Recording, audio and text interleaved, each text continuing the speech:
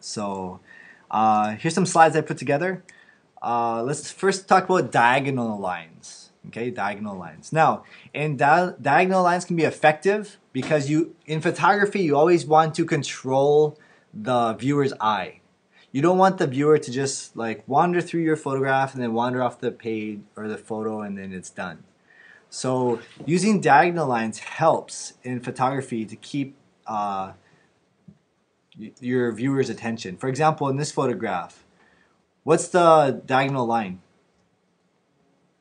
Yeah, it's the wall. So automatically your eye is drawn to that wall, it follows it up maybe to here, and then it follows these trees into this shape. So it basically controls your eye. So that's an example of diagonal lines. Okay. Now, along with diagonal lines, there's converging lines. And let me show you about that. Converging lines, notice that it points or shoots towards a point and converges. It's leading the eye. So notice on this shot, obviously your eye is led where? Yeah, to the end of this hallway. And notice that the bricks are those diagonal lines, and we have diagonal lines here, but it's converging to one point. So that's an example. Same thing with here, your eye is led upwards, and that's an example of converging lines as well. Here's a photo that I'm sure some of you guys see every morning when you take the subway to school. But notice the converging lines here. You have lines going this way, and then you have a converging line going this way, and lines going this way. So you have a lot of lines intersecting and connecting, but you have a lot of good white space here to balance out the photograph so it's not as so busy. Okay, so what about diagonal converging lines? What I just explained was converging line, but sometimes it's good to put points of interest so that when you look at a photograph and you look down this hallway, you're not disappointed with a bunch of nothing. Okay, so if this guy wasn't there, you would be kind of disappointed because it's all white. It's one basic line, and then there's nothing there. But there's a subject there that meets the eye at the end of this hall. So sometimes it's good when you're taking a photograph just to wait a little bit until someone appears or something appears, and then take that photograph at the right time. Geometric shapes. This is important for composition and balance. For example, with this photograph, okay, what is first of all, let me give you a hint. It's a triangular shape, okay? It's like a right triangle. Where does the left corner point start? The man, right? Or the cat. And then where does it go? What's the other point? The trees. And then what's the last point? It's like that building castle structure thing. Okay?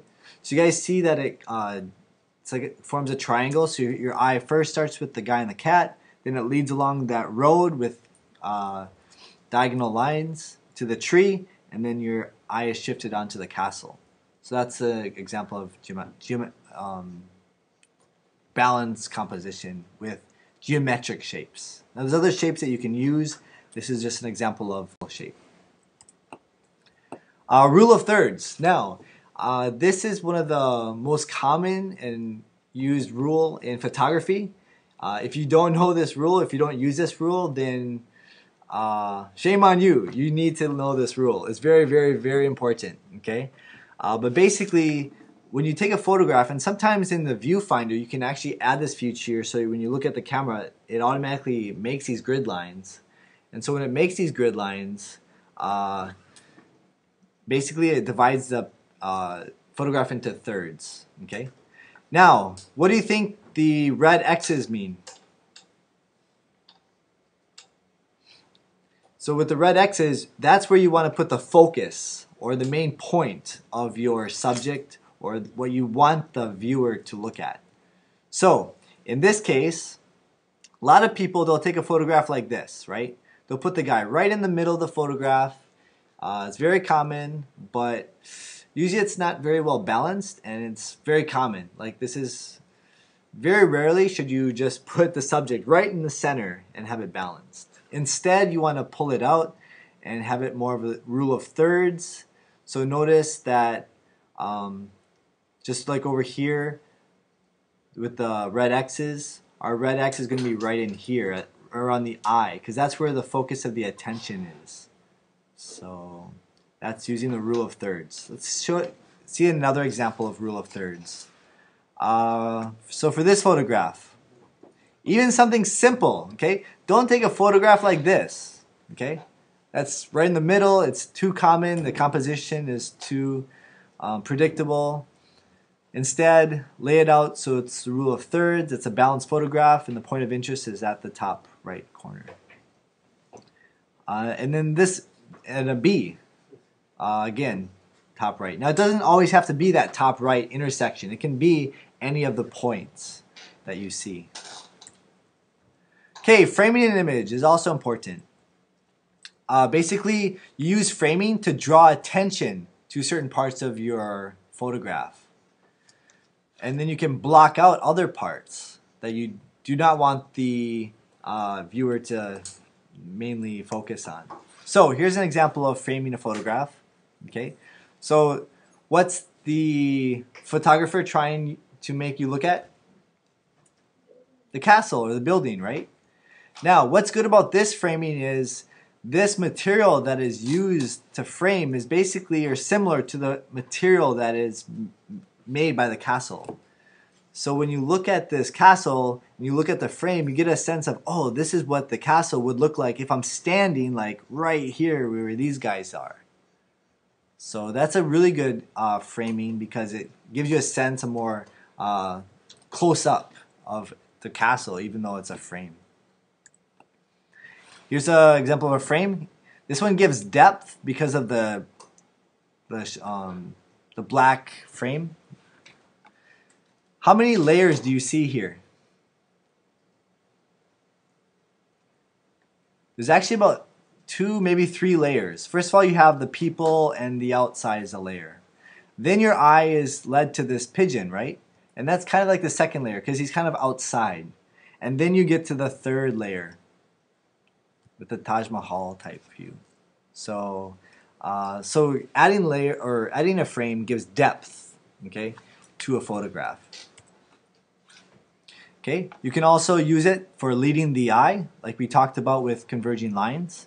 So notice this frame here, your eyes are automatically taken into the photograph, so it's like you're zooming in, and then now it's using the converging lines along the, or even geometric shapes. You see this person here, and you see this corner here, and this guy here is kind of like a geometric shape.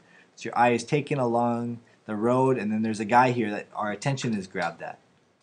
So framing helps accent those converging lines and geometric shapes that we learned about. Okay, also leading the eye towards your main focal point. It can also give a barrier between your subject. So basically, the frame here is kind of boring. It's like an architecture kind of thing, right? But then our eyes take it into the oasis. This is kind of like Hawaii type feel.